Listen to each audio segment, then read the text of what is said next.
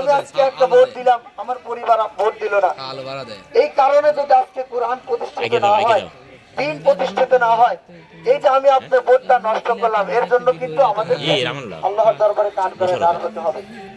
তাই আমি বলতে চাই, যেহেতু আমাদের সামনে 12 তারিখ নির্বাচন, শুধু আমরা নয়, আমাদের পরিবার পরিজন, আমাদের ছেলে সন্তান, আমাদের মা বাবা, আমাদের আত্মীয় স্বজন যারা আছে, দুনিয়ায় একটা ভালো পোশাক পরার জন্য নয়, দুনিয়ায় মানুষের সমাজে চলার জন্য নয়, আমরা একটা ভোটের আশা এইটা চিন্তা করব যে আল্লাহ পাক রব্বুল আলামিন যেন এইটার কারণে আমাদের ওই কিয়ামতের কঠিন দিনে আমাদের মূল উদ্দেশ্য, আমরা কোন নেতার উদ্দেশ্য থাকবো না যে এই নেতা উঠে গেলে আমাকে এই রিলিফের চাউল দিবে, আমাকে মাসে 5,000 টাকা দিবে, আমাকে দিন রব্বুল আলামিন যেন আমাদেরকে মাফ করে দেয়।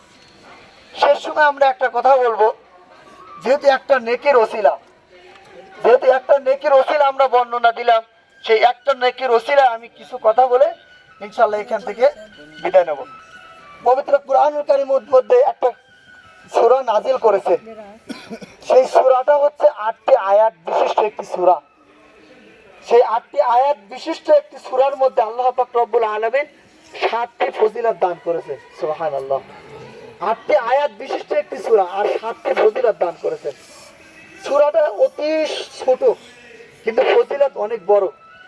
যেমন সর্বপ্রথম তার ফজিলতের কথা বলা হয়েছে, যদি কোনো ব্যক্তি এই সূরাটা একটা বার পাঠ করে, দিনে একবার পাঠ করে, তাহলে রাসূল করিম সাল্লাল্লাহু আলাইহি ওয়াসাল্লাম বলেছেন যে এই সূরাটা পাঠ করার কারণে, দিনে একবার পাঠ করার কারণে আল্লাহ পাক রব্বুল আলামিন তার আমলনামায় ৭০,০০০ নেকি দান করবেন। সুবহানাল্লাহ।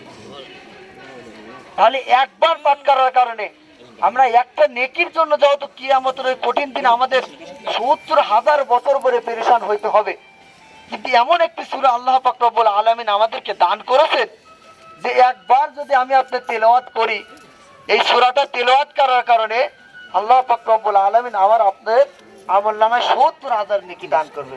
সুবহানাল্লাহ। শুধু তাই নয়, যদি কোনো ব্যক্তি এই একটা সূরা পাঠ করে, আল্লাহ পাক রব্বুল আলামিন এই সূরাটা পাঠ করার কারণে ৭০,০০০ গুনাহ আমার আপনার আমলনামায় থেকে মুছে দেবেন।